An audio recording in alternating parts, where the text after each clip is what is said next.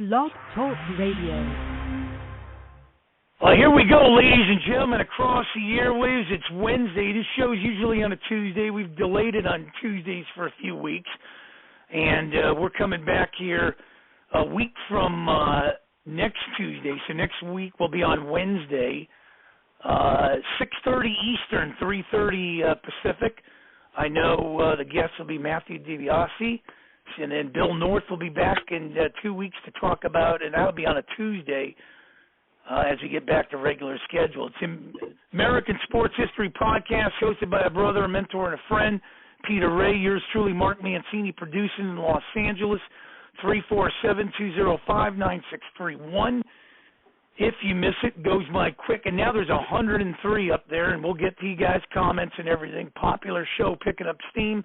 Catch it on blogtalkradio.com/Mancini Sports, podcast platforms, wherever you subscribe to podcasts, powered now by Mancini Media. So without further ado, more of him, less of me. Let me lay the red carpet, put the podium in its place, hand off the mic. Peter the Threes, how are you? How can people get a hold of you? And you've got your regular compadre here who comes in every 2 weeks. Man, oh man, Billy North. Hi, Mark. I'm doing well. I have a YouTube channel. I make history videos. My channel name is my name, Peter J. R-E-A.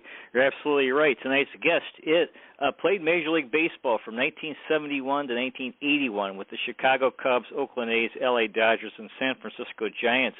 He won 2 World Series championships in 1973 and 1974.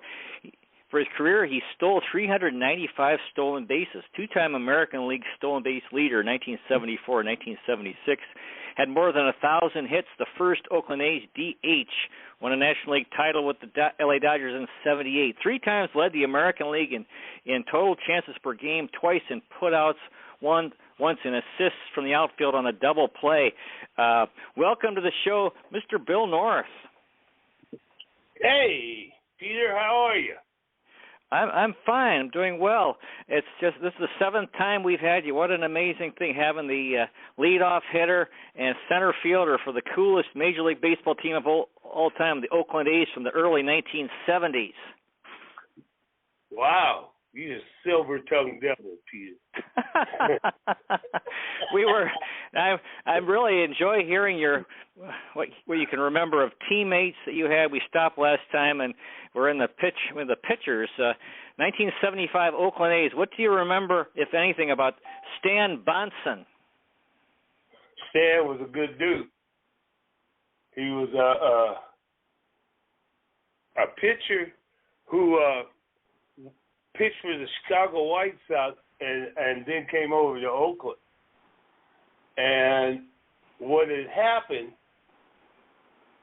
in one game when Claudio Washington had come up, I was batting, he was batting 9th, and I was batting 1st, and into the game. And bouncing through him a pitch, and Claudio hit it right back at him, and it hit him in a spot on his side and bounced to it. I come up there the next at bat and hit him in the same place with a line drive. Oh. And then he became a teammate. but I didn't do it on purpose. Okay, well, that's quite an interesting thing. Stan Bonson. Yeah, good man. Gary from Bellingham, Washington. Hey, Bill and Peter, how are you? The Seattle Mariners laid an egg yesterday. Terrible loss, psychological. Astros are in their head. Any thoughts, Bill? I would say the Astros, and when somebody's off in baseball especially, they've been off 5 games. And I expected Seattle to win that first game. But the Astros got the rust off sooner than Seattle thought they would, and you know that I'm a Dusty Baker man, and I'm sorry, partner up there in Bellingham.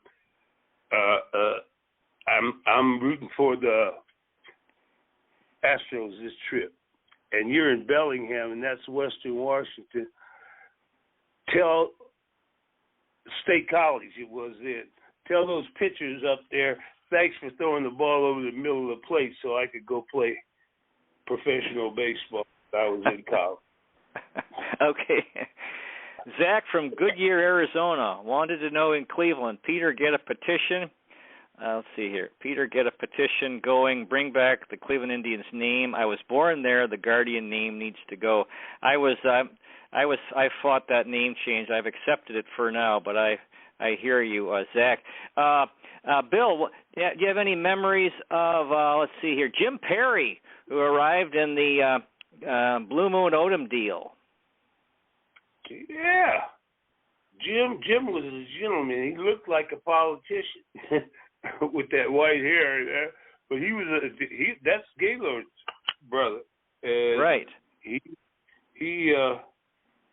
did a good job for us and got a couple outs during the season. Yeah. Well, you remember the trade? Was that a tough trade for you, having Blue Moon Odom leave? No, I wasn't involved. Okay. Trades are part of baseball. Right. And he might have got some work over there. Didn't they trade him to the White Sox? I think, Blue Moon came to Cleveland. I was really excited because, oh, wow, we got one of you guys, one of the cool Oakland A's, and then he apparently wanted a raise, something like that, and Cleveland didn't have money, and I think he wanted out immediately. He was traded. I think he went to Atlanta shortly after that, so we had him only for a short time, but I thought it was pretty cool. And anyway, so you played Jim. I thought that Blue Moon and a couple of other pitchers over there in Chicago threw a combined no-hitter. It could be. Yeah, that sounds familiar. Yeah. Yeah. But both of those teammates come and they go, Peter. And right. And Oakland was like going through Grand Central Station. Yeah. Have you kept track of Blue Moon Odom over the years? Huh? Have you kept track of Blue Moon Odom over the years? Yeah. Oh, yeah. How's he doing? He's down there in Southern California, and I deal with no news is good news. Last time I talked to him, we were talking over some personal stuff because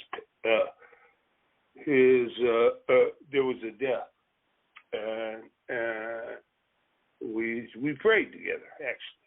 Thank you. Isn't that wonderful? Edward from Stockton, California. How would the Oakland A's of your time, Bill, match up with some of these teams? Dodgers and Astros might have a chance. So what do you think about Oakland A's if they were playing today, your team now against the teams today? Well, if we were playing in our era, we'd beat them all. Baseball has made humongous changes in the game and the athletes and that kind of thing. I wish I had videos to see pitchers before they come and pitch against me and that kind of thing, and be able to just dial up what a player's focus is or see what they do and just look at them and all that. But as players, we played more games. We played through a lot more injuries than they do now, and it's the game has changed. But I know this much: you go to the statistics. I got pitchers out in front of me that threw 300 innings a year, and I got guys all around me that as a team were fundamentally sound and everybody knew their job, and we didn't have to go to our back pocket and come out with a piece of paper to find out where to place somebody. We had that. But they're good players today, but the game has legislated or put in rules in there that are takes away from the talent of the players. They're not as innate as we used to be. Okay, another pitcher from the 1975 Oakland A's, Sonny Siebert. He pitched here. You remember anything about Sonny Siebert? Wow, that's a blast from the past. Yeah, Sonny was a big old boy. Yeah, he came. Like I said, everybody moved to Oakland. But that one right there, you surprised me. I forgot about Sonny. Yeah. Yeah, he was a part of the Cleveland rotation in the late '60s, and so that name caught my attention. I know, and he could pitch. He could pitch too. He was on his back end when he came to the A's. But and that's hey Peter, how all these guys coming from Cleveland? What's that? What all these guys coming from Cleveland to the Oakland A's?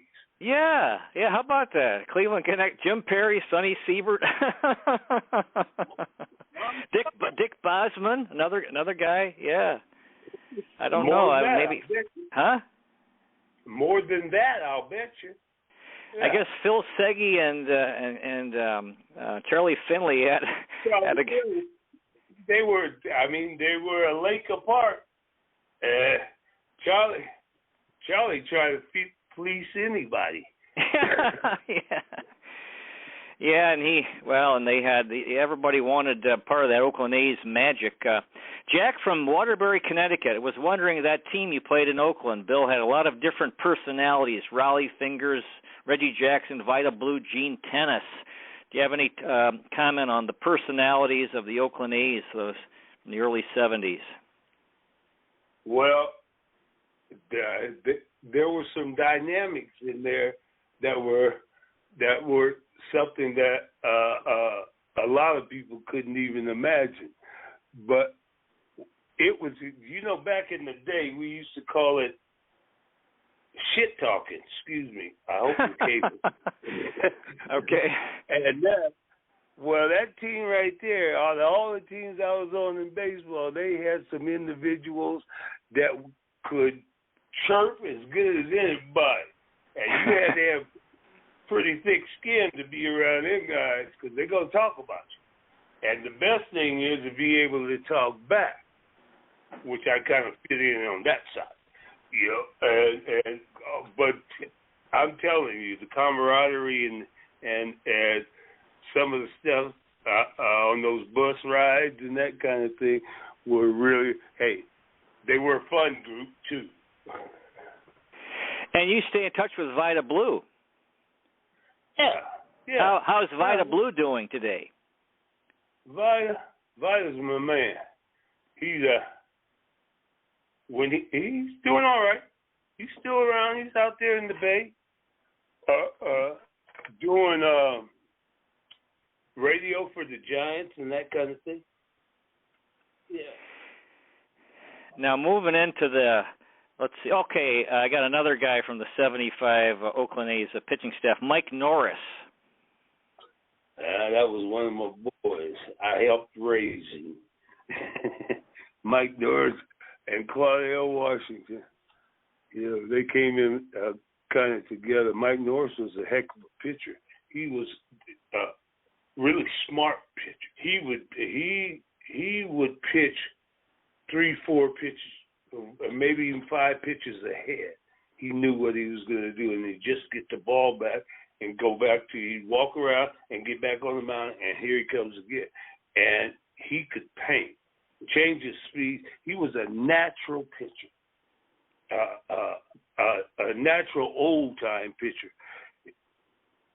And it was amazing. He was really good. Yeah. And he's still, I talk to him once. He's still around. I talk to him once in a while too. Yeah. So in '75, I think he was a rookie. Did you take him under your wing? Well, yeah, and that wasn't all good. Okay. But yeah, bad influence. The only thing, no, not really. The only thing I'll tell you is that those guys from back, they're still my friends. So right. and you know about my relationship with Claudel.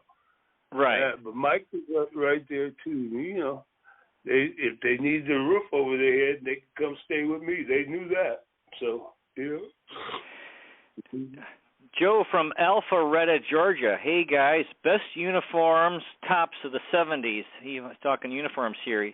He's, for his opinion, is the Oakland A's, Atlanta Braves, Cleveland Indians, Pittsburgh Pirates, and Philadelphia Phillies. Any thoughts on the best uniforms in the 70s? Uniform tops, Bill? Dodgers. Yankees. I like those conventional uniforms, but you know, at least we kept ours straight. Chicago White Sox came out there playing in shorts. That to me, it seemed like you get your legs torn up if you slid. San Diego Padres look like hot dogs, walking hot dogs in their yellow uniform. Pittsburgh they had stripes, yipes. But I'm more, but it was all right. They were tight, and they were, you know, they weren't baggy like they have them now, or all the way down your ankle. They had more style. Yeah, the A's had, I think I read where you guys had Finley came up with different combinations that you guys were wearing. And do you remember that? Different tops and pants, different colors. Every now and then we would wear a whole green right uniform, but that was only changes. A green and yellow during the week and white on Sunday. And he had the coaches wearing white caps. Yeah, that's what differed them from the players. So when we saw a white cap, we knew to straighten up. I don't think any other team did that. I think that was, as far as I know, unique to Oakland. Yeah. But he also had the rabbit that would come out of the ground and give the umpire balls. And the donkey? The donkey lived better. It was a mule. It wasn't a donkey. The mule. and the mule lived. I'll tell you, a fine animal when you see it. But the mule lived better than we did. Now, Charlie took care of that mule, or the caretaker took care of that mule. Why I keep wanting to mix that in? Because I'm hungry. But yeah, the mule lived good. Now, moving into the 1976 Oakland A's, you had the team was finished 2.5 games out of first, and you guys stole 341 bases. You had 75 stolen bases. That was amazing. All those. You want to talk about 1976 and all the stolen bases you guys had? Well, the fact that we finished close to the top with most of our big guys gone from the years before was the kind of thing that we had some greyhounds on that team, and I'm talking about Matt Alexander and Larry Lentz, and I mean Bando stole 20-some bases that year. When we came to town, catchers and all of a sudden get the flu. Yeah. Okay. But hey, and we stole 57 bases against the Minnesota Twins, I think it was. And 3 times we stole, that year we stole 12 over 12 games. I mean, over 12 bases a game. We could go, boy. I think I couldn't believe it at the time. I was like, look at this. I used to check the box scores. I couldn't believe what you guys were doing. Yeah, we were running them crazy. You could bet on that. So that was a fun year, 76. Well, we didn't win. That's the Right. first year we didn't get to the playoffs. Right. It was the machine was being dismantled from I would say the year before, and we're never the same after that. You had a new manager in 1976, Chuck Tanner. Do you have any thoughts on Chuck Tanner? Chuck Tanner came over from them guys, Pittsburgh. He ran the offensive club. You could bet that. You know, he would push the button. He was aggressive manager, but a good man. You know, he was from Pennsylvania, and but tough. Tough was, you know, I don't know if it was a steel worker or in the mines there, but he had been raised tough. He was a good man, and but you know, I wish we could have played better for him. And Reggie Jackson was gone, but you picked up Don Baylor in that deal. What do you remember about Don Baylor? Don Baylor, when he came to town, he came up. I let him stay at my house a while till he got laid there. Don Baylor was one of the toughest players that ever played gay. Don, we used to call him hard because he was so hard, his body. He used to run the ball down there in Texas for the University of Texas and that. But Donnie Baylor was a hell of a player, and when he got hot, the next 4 or 5 games, he might go 22 for 25. I mean, something like when he got hot, it was just amazing. He got hot and things was burning up around him. He was also tough, though. Yeah. Yeah, he's gone. He died in 2017. That was tough, and he had a pretty good career as a manager.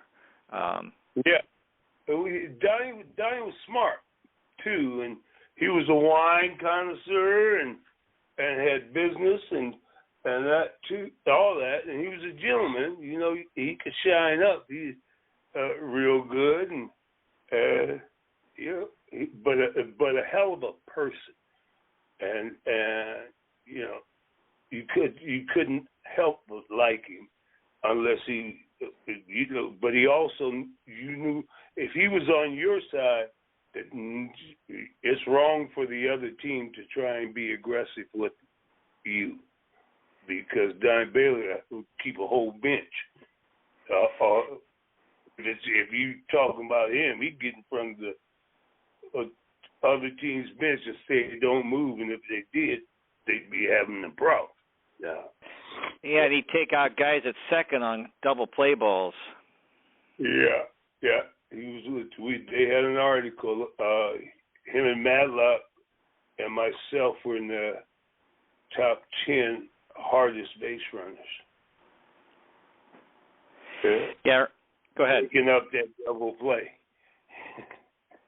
Yeah, and it's amazing the Baltimore Orioles kept coming up with these amazing outfielders: Al Bumbry, Paul Blair, Don Buford, and Don Baylor. All these guys with last names started with B, and he was.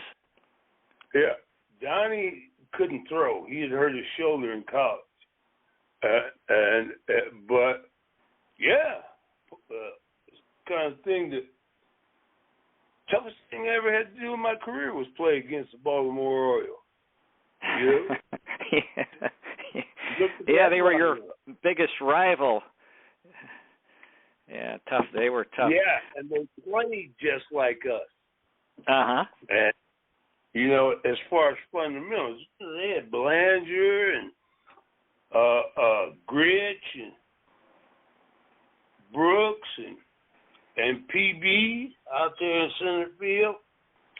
Them guys were tough. Those guys were tough. And Baylor, like I said, when Baylor got hot, everybody went into awe. It was an amazing thing to see. Yeah. Okay, another new teammate, 1976, Ron Fairley. Any thoughts on Ron Fairley? Yeah, Ron was a good dude. Ron was in the later years of his career, and he planned to go on and be a broadcaster, and that's what he did. He had plans. He's a Dodger, one of them Dodger guys. Yep. And good man. Yeah. Could pick up the ball real well. Another guy from the 76 A's, Willie McCovey. Stretch. Well, I don't even have to say nothing about Willie McCovey. I know that he came through there right when I was, I don't know, but we were teammates at the Giants from 79 to 80. And yeah, I mean, what do you say about Willie McCovey? Yep, he along with Dick Allen, John Mayberry, and Willie McCovey were the most feared hitters I've ever seen. Pitchers did all those guys right there did everything they did offensively despite the fact that pitchers were afraid to pitch to them. Yeah. But, I mean, as far as a feared hitter, McCovey was a monster. Big dude, yeah, he's too bad he's gone too. God bless Willie McCovey. Yeah, people are, well, that's how it is. Yeah. And he had the famous line drive ending the '62 World Series. Could have won it, but he was the third out. Yeah, wasn't it Ed Richardson? Right, I believe it. Yeah, the second base, I think it was Bobby Richardson. Yeah, and he scorched it right at him. Yeah, he got that ball in self-defense. And I always love the famous Charlie Brown comic strips lamenting that McCovey didn't hit the ball one way or another. That would have won. The runners on second and third, 2 outs. Oh man, and so anyway, Willie McCovey. Yeah, how about that? So Wayne Gross, another guy on the 76 A's. Wayne Gross and Mitch Page, I think they came up at the same time. And they were kids and they were just starting their career in the big leagues. And Wayne had a pretty good career. Mm-hmm. Our guest has been Mr. Bill North, the center fielder and leadoff hitter for the coolest MLB of all time, the Oakland A's from the early 1970s. The time has really flown by. Bill, do you have any final words for our audience tonight? Oh, you guys be careful out there, and don't take any wooden nickels. And Peter, you be careful too. And I always enjoy this time with you and you guys in the audience, and I appreciate you. Thank you so much. Oh, we appreciate you. It's amazing having you on. I can't believe it. We're doing it, but what a gift having Bill North. Wow, it's just every time it's just incredible. So I'm very, very grateful. We'll have Bill on in like Mark said, in 2 weeks from yesterday at the regular time at 8:00 Eastern time. Next week we're going to have Matthew DiBiase again, author of the book Lords of the Gridiron 2, Pro Football's Greatest Coaches. And we're going to be talking about guys like Paul Brown, Bill Belichick, George Halas, Vince Lombardi, Curly Lambeau, and Don Shula. Dear listener, may the road rise to meet you. May the wind be at your back. May the sun shine warm upon your face and rains fall soft upon your fields. And until we meet again, may God hold you in the palm of his hand. Good night, everybody. Thanks again, Mr. Bill North. Thank you. Okay, wonderful. Mhm.